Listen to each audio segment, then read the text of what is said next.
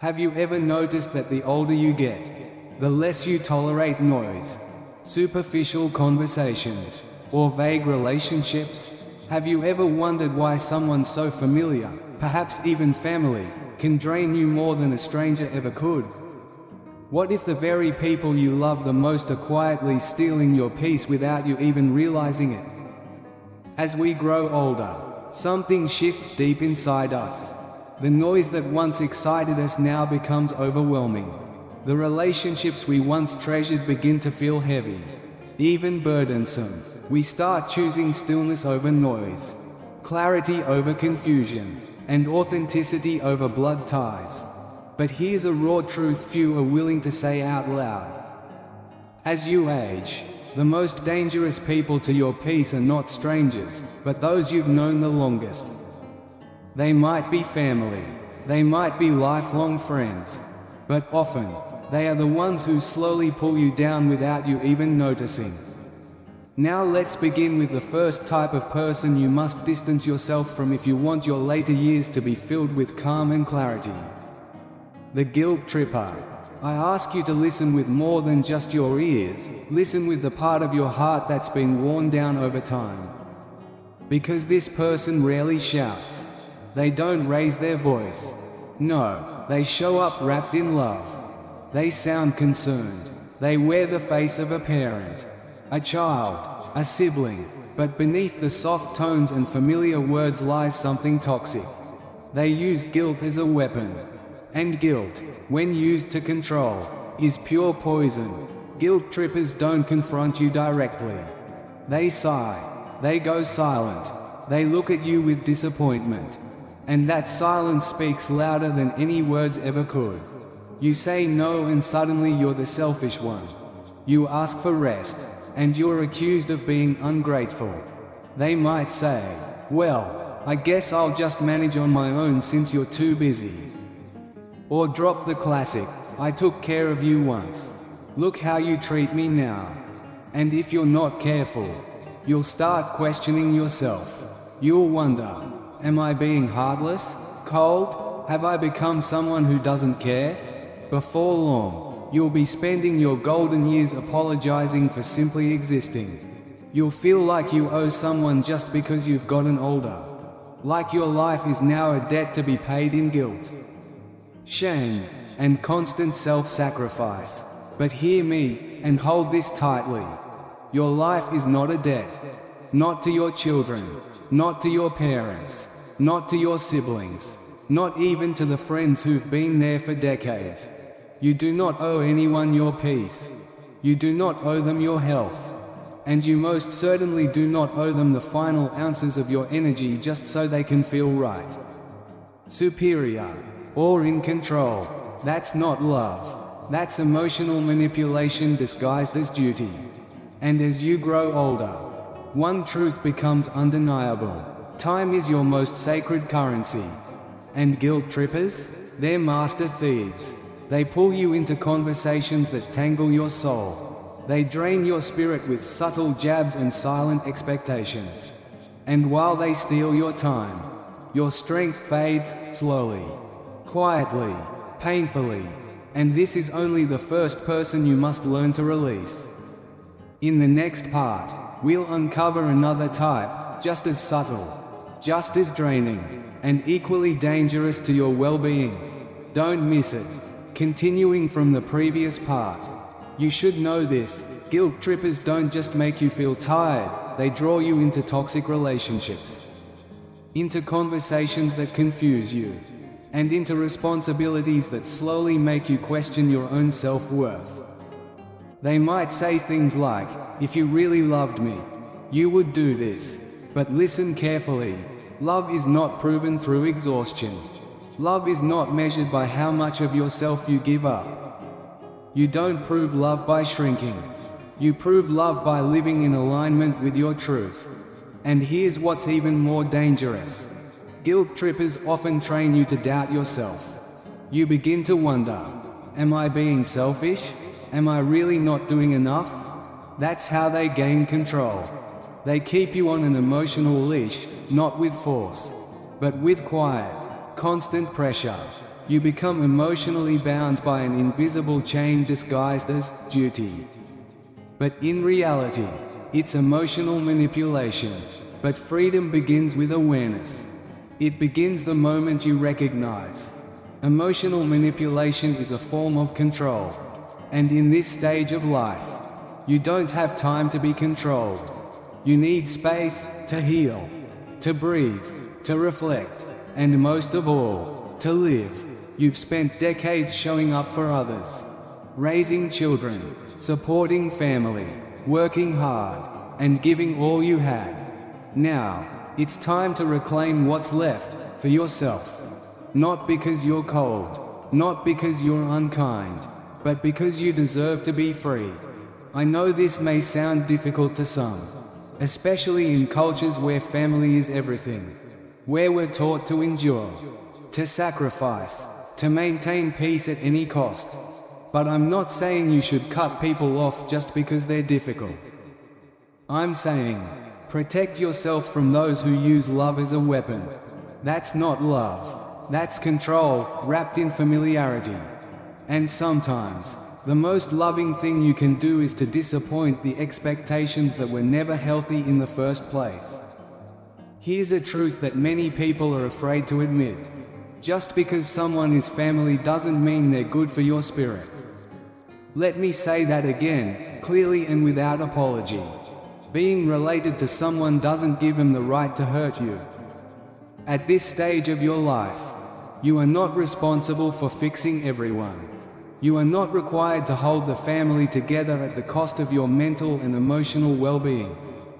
You are not here to be a referee, a therapist, or an emotional punching bag.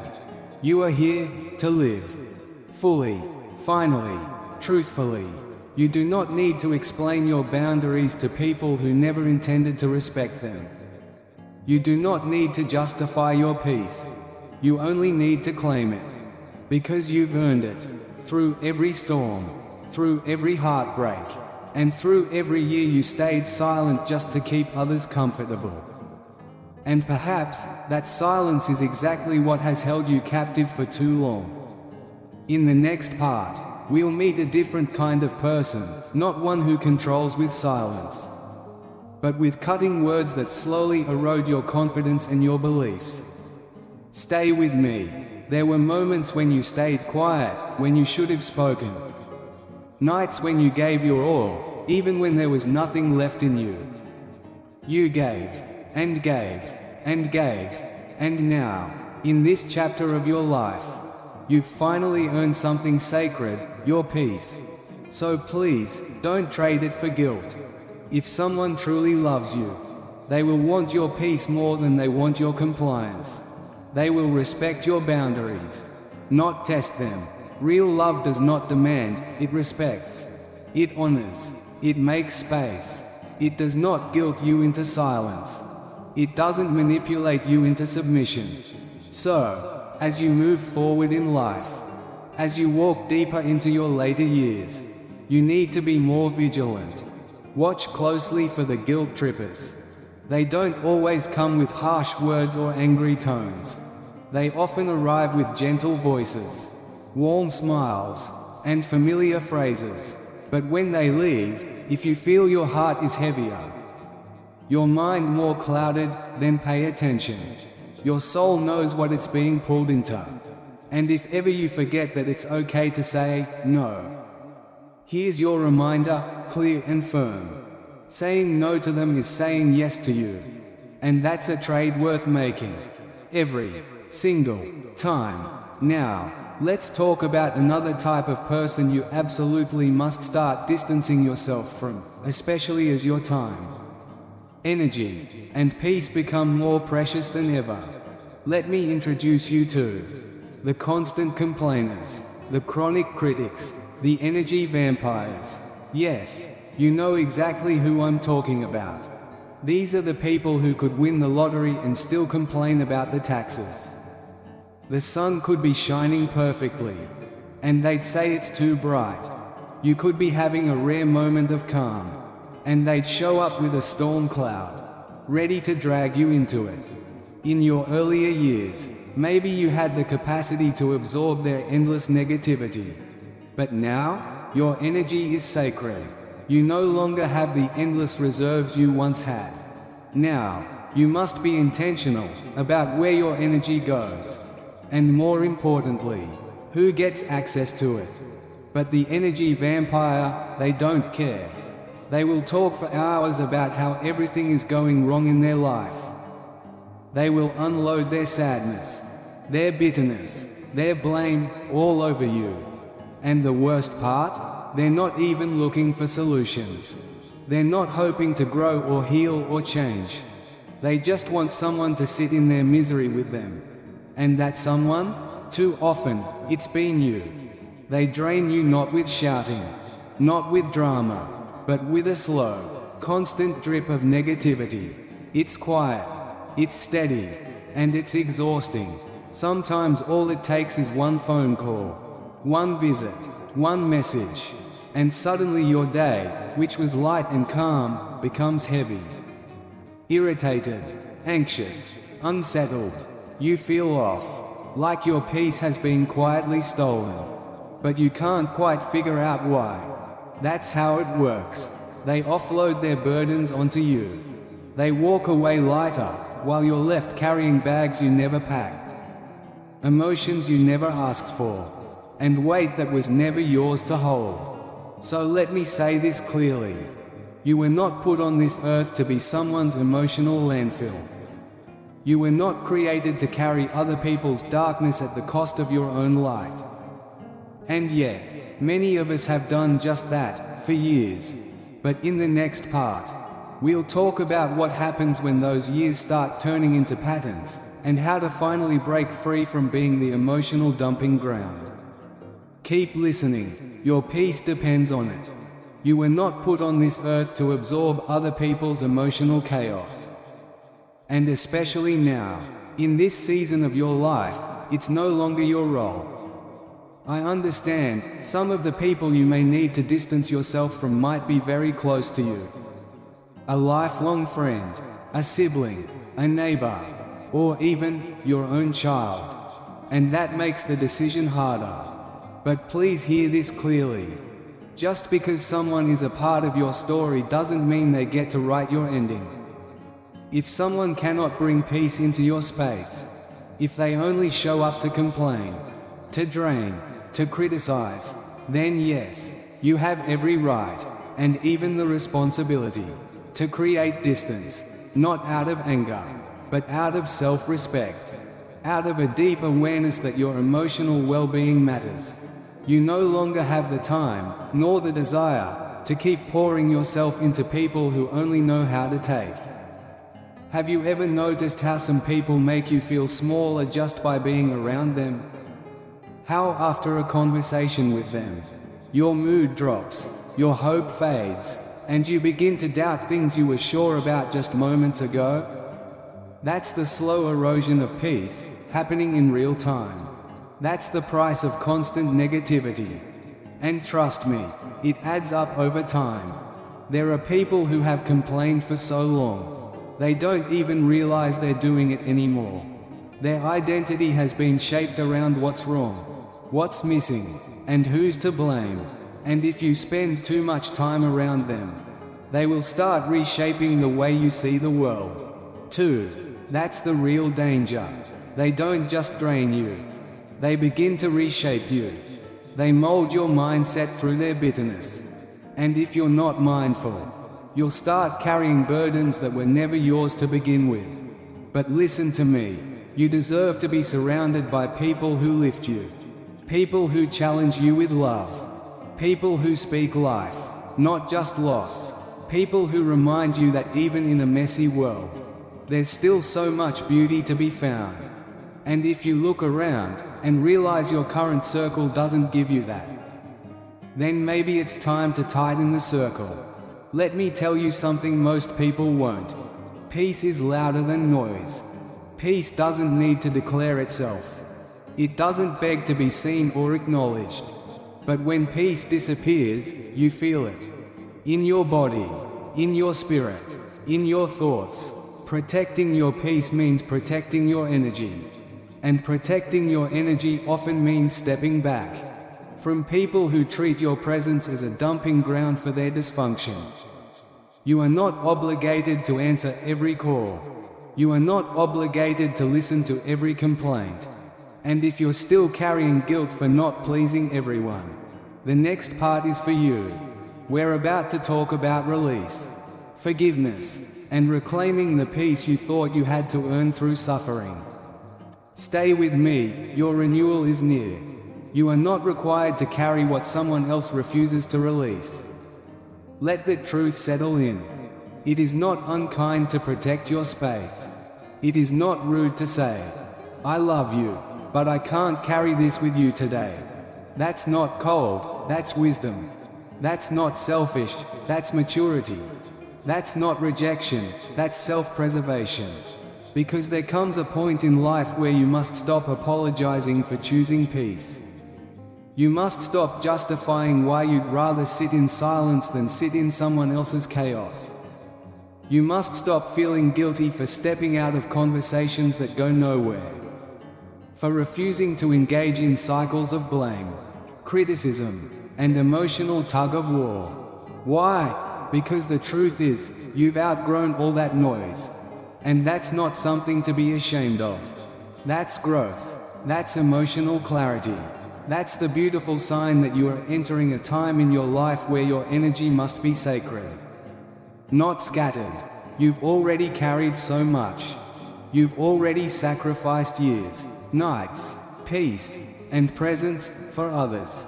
Now, your time should be spent healing, reflecting, and fully enjoying the moments you have left, not getting tangled up in someone else's endless drama or emotional whirlpools. You deserve peace, you deserve rest, and your energy should now be guarded like treasure, because it is. So when the constant complainers come knocking, when the bitter critics try to pull you back into their whirlwind of negativity, I want you to pause, breathe, and remind yourself of this. Just because someone is loud doesn't mean they're right. Just because someone is close doesn't mean they're entitled to your peace. Now, allow me to shift the conversation, because we're about to step into something more personal, something a little more painful, something that cuts deeper than complaints or criticism. Let's talk about the people who only show up when they need something. The users. The ones who treat your relationship like a 24-hour convenience store. They don't call to check on you. They don't show up for your milestones. But the moment they're low, emotionally, financially, spiritually, they drop in, grab what they need, and disappear without even a thank you. You know the type. The cousin who only calls when their car breaks down. The friend who vanishes for months, then pops back in just in time to ask for a favor. The old acquaintance who remembers you the week before rent's due. And the hardest part? You still give. You still try to believe the best in them, because you have a good heart. You remember who they were back when things were different. You hope, deep down, that maybe this time they're just reaching out to be with you, not to use you. But here's what life teaches you if you're really paying attention. Some people never show up unless there's something in it for them. And if you keep allowing it, they'll keep taking, not because they need to, but because they know you won't stop them. In the next part, we'll go deeper into this pattern, how to recognize it, how to break it, and how to protect your heart without becoming hard. Because guarding your peace should never cost you your softness. Stay close. We're not done yet. Let's be clear about something. That kind of relationship, the one built on taking, not giving, no matter how long it has lasted, no matter how many memories you share, is not love. It's dependency. It's emotional convenience. And if you're not careful, if you don't learn to say no, it will leave you emotionally bankrupt. This is one of the most painful lessons of growing older. Being needed is not the same as being loved. Let me say that again. Being needed is not the same as being loved. Some people keep you around not because they value your soul, but because you're easy, because you rarely say no, because your heart is big and open, and your boundaries, if they exist at all, are easy to cross. They know exactly which door to knock on when they're desperate. And every time they show up, they don't just ask for help, they drain you. Not just your money, not just your time. They take something far more sacred. Your presence, your peace, your patience, and they leave you emptier than before they arrived. And the worst part? They always have a story. An excuse. A dramatic reason why this time is different.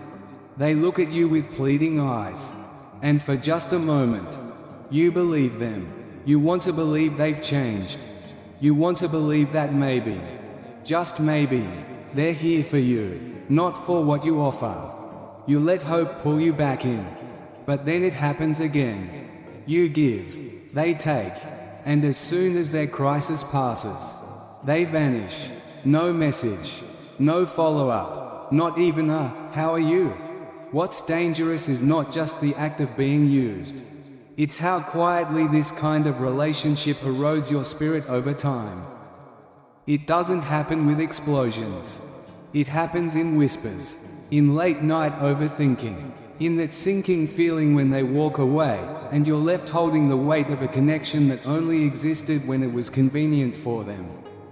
You start feeling guilty just for saying no.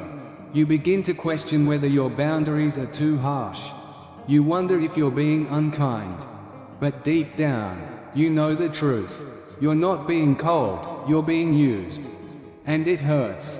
There's a kind of silence that always follows once they've gotten what they came for.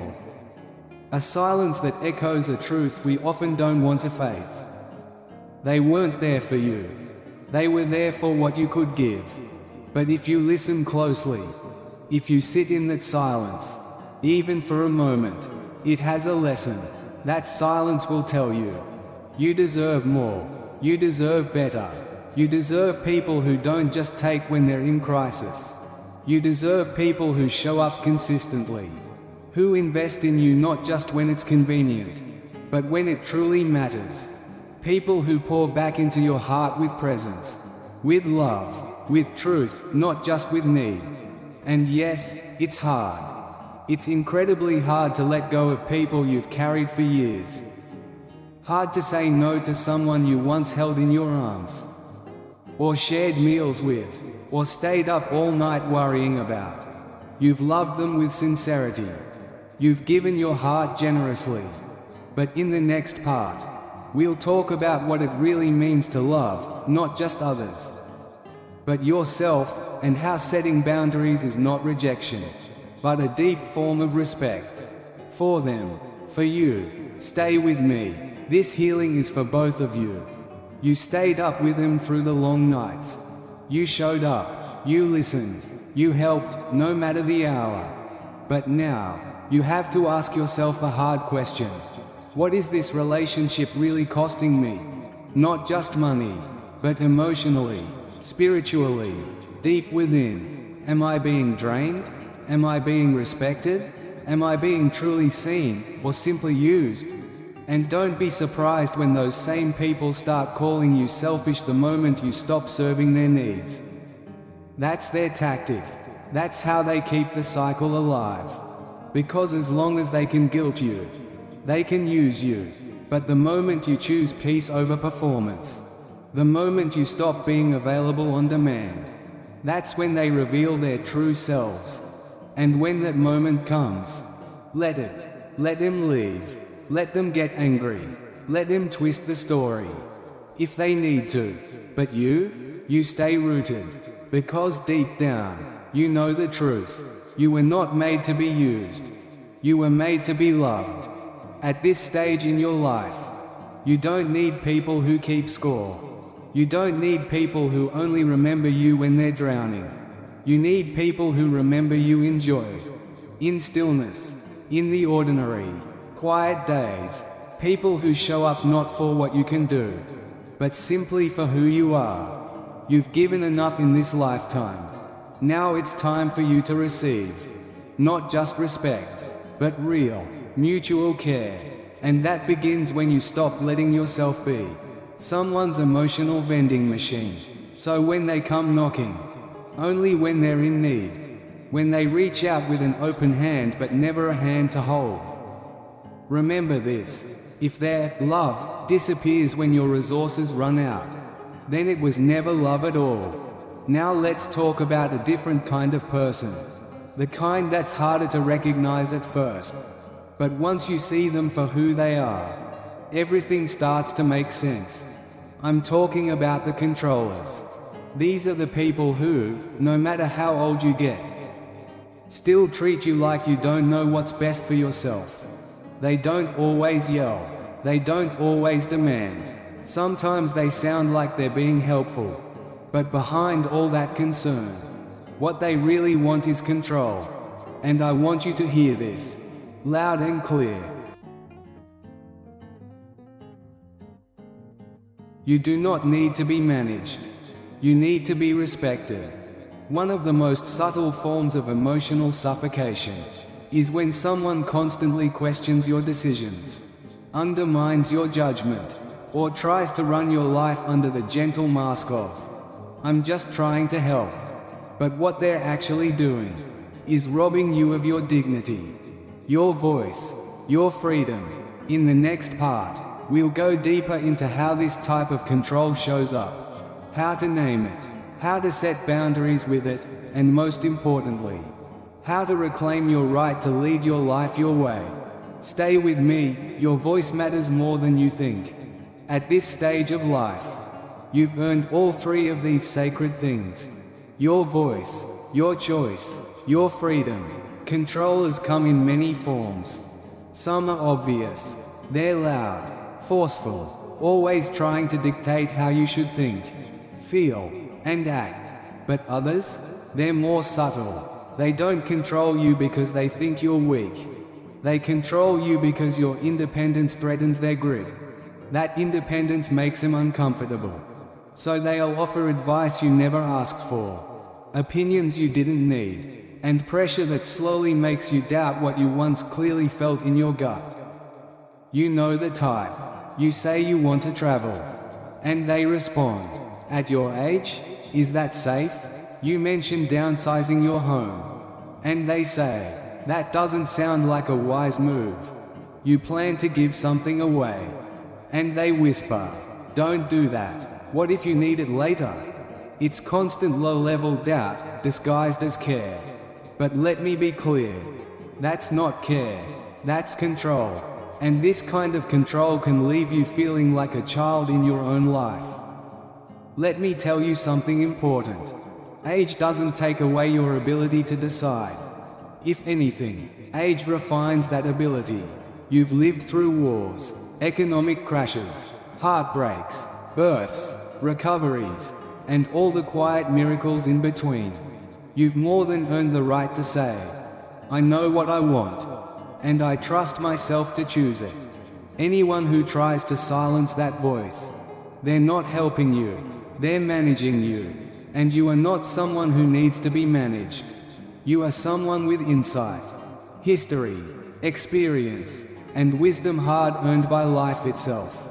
What makes this even harder is that sometimes the controllers are people who genuinely love you. A child who thinks they're protecting you. A spouse afraid of change. A friend who believes they know you better than you know yourself. And because their voices are familiar, you start listening, you start doubting, and slowly, piece by piece, your life becomes smaller. Not because you wanted less, but because someone else decided you couldn't handle more. But here's what I believe with every fiber of my being.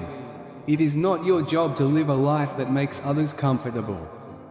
It is your responsibility to live a life that feels right in your soul.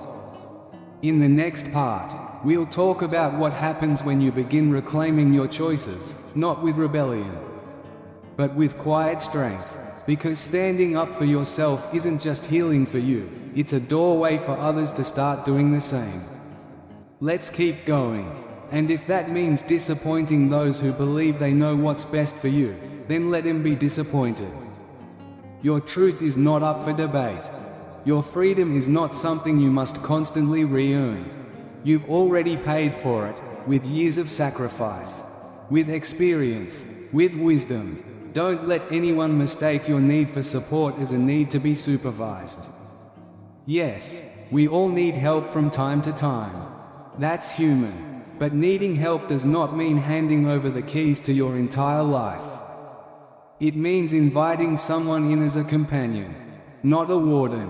The patrollers, the people who monitor you, often get offended when you push back. They'll say things like, "I'm just trying to look out for you." But there's a clear difference between looking out for someone and trying to control them. One comes from love, the other from fear, and you've lived too much, for too long, to let someone else's fear dictate your steps. You deserve to be surrounded by people who trust your voice, who celebrate your choices, who believe in your ability to lead your own life. Let's be honest, if they still don't trust you by now, what else do you need to prove? You don't need anyone's signature on your life anymore. You just need people who will walk beside you, not over you. And I know, for some of you, that will require hard conversations. It means saying, "I love you, but I'm going to make this decision for myself." It means letting go of the need to always be understood, and instead, choosing to be respected. That takes courage, but the kind of courage that sets you free. So if someone in your life is trying to shrink you, if they're trying to parent you when what you need is a partner, if they're making you feel like your choices are foolish, or your dreams out of reach, stand tall, because this life is still yours to live. Now, let's talk about one final kind of person you must be mindful of in this season of life. The ones who refuse to grow. The ones stuck in the past, living in a loop of bitterness, blame, and emotional immaturity, no matter how old they get. You know the type. They wear age on their face, but not in their spirit. They've learned how to survive, but never how to evolve. And when you're around them, you feel like you're being dragged backward. Their world is small, their thinking is rigid, their hearts are closed, and if you're not careful, they'll pull you into that same place. These are the ones who gossip about everything, but never reflect on anything. They love to talk. In the next part, we'll go deeper into how to recognize this kind of energy, how to protect your spirit from their emotional stagnation, and why choosing growth, even alone, is better than staying stuck with the crowd. Stay with me. Your path forward is waiting. They are the kind of people who are always pointing out what everyone else is doing wrong, but never stop to ask themselves, "What do I need to change?" The ones who act like they've got all the answers, when deep down, they're just afraid of transformation. And let me say this clearly. Growth doesn't stop just because your hair turns grey. In fact, spiritual growth becomes even more essential as you grow older. Because in this chapter of life, you're not just looking back, you're preparing for something deeper. Peace, clarity, legacy. But you can't walk into that kind of freedom if you're still surrounded by people who refuse to evolve. People who still argue over the smallest things. People who are still angry about something that happened 20 years ago. People who hold on to their bitterness like it's some kind of badge of honor, when in reality, it's nothing but a heavy anchor. They live in arguments that go nowhere, in mindsets that lead to nothing. And the truth is, it's not your responsibility to carry them forward, if they've already chosen to stay stuck. I know it may sound harsh, but listen closely. Your soul was never meant to be trapped in someone else's emotional immaturity. Just because you share a history with someone, doesn't mean you owe them your future. Some people will look at you and say, "You've changed." And you know what? That's the best compliment they could give you. Because if you're not changing, you're not growing. And if you're not growing, You're slowly dying, emotionally, mentally, spiritually. But people who are stuck don't want to see you evolve. Your growth threatens their comfort. Your peace exposes their restlessness. Your healing reminds them of all the work they've been avoiding for years. Sometimes the hardest people to walk away from are the ones you've known the longest. Not because they're good for you, but because they've become familiar. They've become routine, predictable. But familiarity is not a reason to stay stuck. You can love someone from a distance. You can honor the history, without having to carry the weight of it. I've seen it again and again. Elders, wise in age, but stagnant in spirit, full of stories, but empty of insight.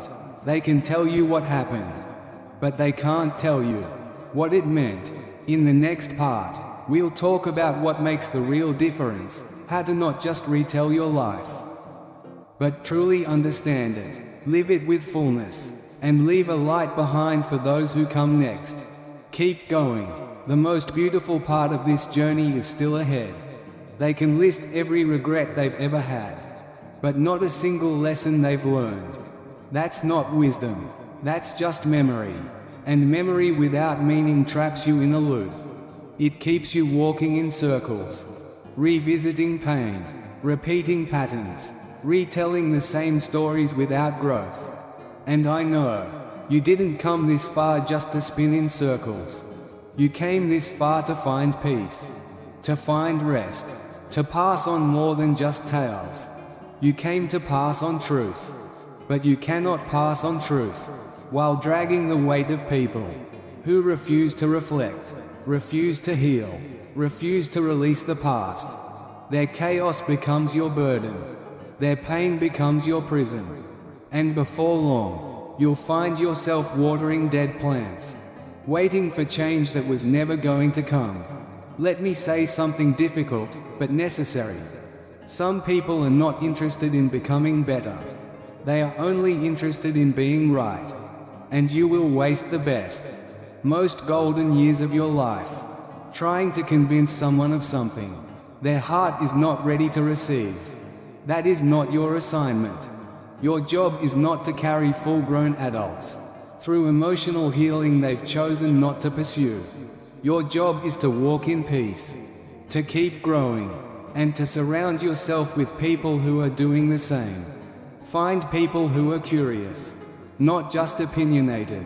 People who are open, not just loud. People who are seeking healing, not rehearsing pain. And when you find them, you'll feel something shift. The air becomes lighter. Your heart feels clear. Your soul feels alive again. Because growth creates space. But being around people who refuse to grow, it slowly suffocates your spirit.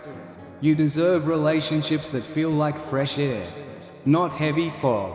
You deserve people who challenge you in love, not chain you in fear. And if that means shrinking your circle, so be it. Because a small circle filled with truth, filled with purpose, filled with growth, is better than a crowd full of noise, numbness, and regret. So when you look around and realize you're surrounded by people who haven't moved an inch in spirit or in heart, people still clinging to old bitterness, still blaming the world, still recycling the same conversations from decades ago, remember this: there is one more kind of person you must learn to distance yourself from, especially in this sacred season of life. And that is the ones who mock faith, the ones who belittle the very thing that has carried you through every storm, the ones who roll their eyes when you speak of God, the ones who dismiss your convictions as nothing more than fairy tales. And let me be clear, I'm not talking about people who simply believe differently. No, I'm talking about people.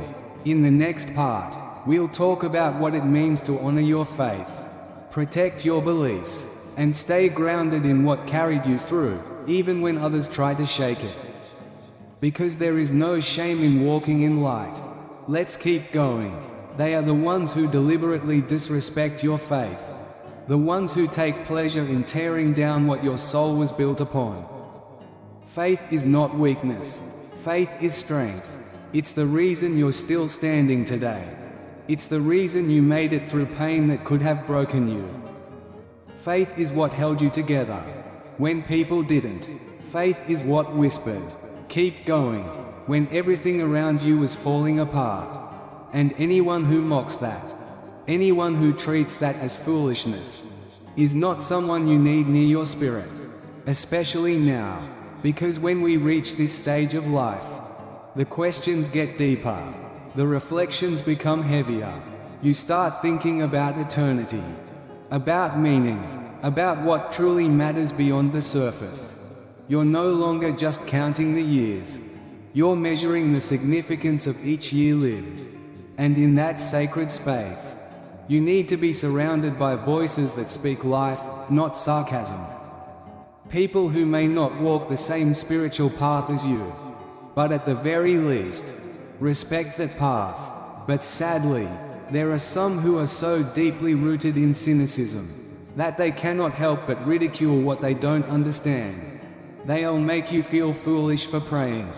They'll make you feel small for believing in something greater. They'll mock the very thing that has been your anchor through every storm. And if you let them come too close, their doubt will slowly seep into your soul. Not because they're right, but because their voice is loud and persistent. Don't let that happen. Don't let their sarcasm shrink your faith. Don't let their jokes plant seeds of shame in your spirit. Because here's the truth. Faith is not fragile. Faith is fire. It's what has kept you alive. It's what has held your family together. It's what has healed your heart over and over again. Faith doesn't make you naive. It makes you rooted. It makes you wise. And anyone who doesn't see that isn't looking with the right eyes. Some of these people may be very close to you. A lifelong friend, a family member who grew colder over time, maybe even your own child, who now thinks they're too smart to believe in what they call old stories. And yes, you love them. You always will, but loving someone does not mean you have to allow them to disrespect what matters most in your soul. This isn't about arguing. This isn't about trying to convert them. In the next part, we'll talk about the boundary between love and loyalty to your faith, how to protect your spirit with grace, and why silence can sometimes speak louder than any defense. Stay with me. Your soul's peace is worth guarding. This isn't about debating anyone. This is about protecting the soil of your soul. Because whatever peace you hold in your spirit right now, you fought for it, you bled for it, you wept for it, and you owe no one an explanation for why you believe, who you pray to, or what gives you hope in the dark. You know what's real. You know what you've been through. You've felt the hand of God carry you when nothing else could. You've heard His voice in the silence.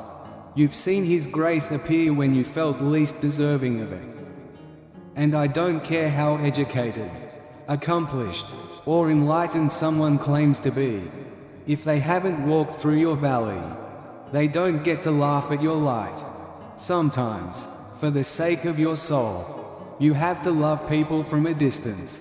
You can still pray for them. You can still wish them well. But you don't have to let them poison your peace, or shake your foundation with their doubt. That is not love. That is spiritual warfare disguised as casual conversation. And let me tell you something else. It's not just about what they say out loud. It's the energy they bring. The smirks, the eye rolls, the passive-aggressive comments that quietly chip away at your faith, your peace, your sense of worth. You deserve better than that. You deserve people who honor your walk, even if they don't share it. People who sit with you in your truth, not poke holes in it for their own entertainment. Because at the end of the day, we are all going to leave this world. Every one of us. And when that time comes, what will matter most won't be how many arguments we won, but how much peace we carried, how well we loved, how deeply we believed. I want you to rest your head at night in peace, not because life is perfect, but because your soul is anchored, because you didn't let mockery steal your reverence, because you held on to your faith, even when others laughed at it. So when the mockers come, whether through sarcasm or silence, remember this: you don't need agreement from others to stay close to God. You just need the courage to guard your faith like the treasure it is. If you're still here listening, I believe there's a flame in your heart, maybe small, but strong, a faith, a light, a quiet dream for peace that doesn't need anyone's permission to exist. Share this video with someone who needs a gentle reminder that you don't need to argue to be respected. You just need the strength to live in alignment with your soul. Don't forget to subscribe to the channel, so each day, you're not just hearing something inspiring, but building a spiritual sanctuary for yourself, where faith is protected, and peace is nurtured. And if this message spoke to you, please hit the like button, leave a comment, or simply write a short prayer, for yourself, or for someone you love. Because in the end, what matters most isn't agreement, but the truth you're brave enough to live for. Thank you for being here. I'll see you in the next video.